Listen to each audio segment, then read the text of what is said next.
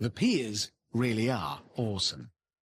But they're obviously only part of the story. Their purpose is to hold up the bridge deck, which is what it's all about. The bridge deck has 4 lanes as well as 2 safety lanes that run for almost 3 kilometers in each direction. To save the bridge deck from the violent and chaotic movements of an earthquake, the engineers needed to build it in a way that allowed it to move independently of the piers, which is where sailors and their sleeping arrangements come in. And early sailors very quickly discovered they were quite handy things for making life more bearable on board.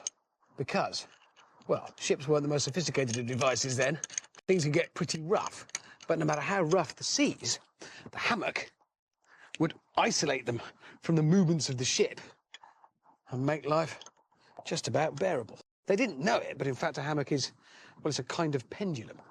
And it has a steady rate it wants to move at, which it will do regardless of what's going on around. So just as a pendulum, or rather a hammock, swings gently on board a ship in rough seas, it ought to make my ride on the earthquake simulator a bit smoother too.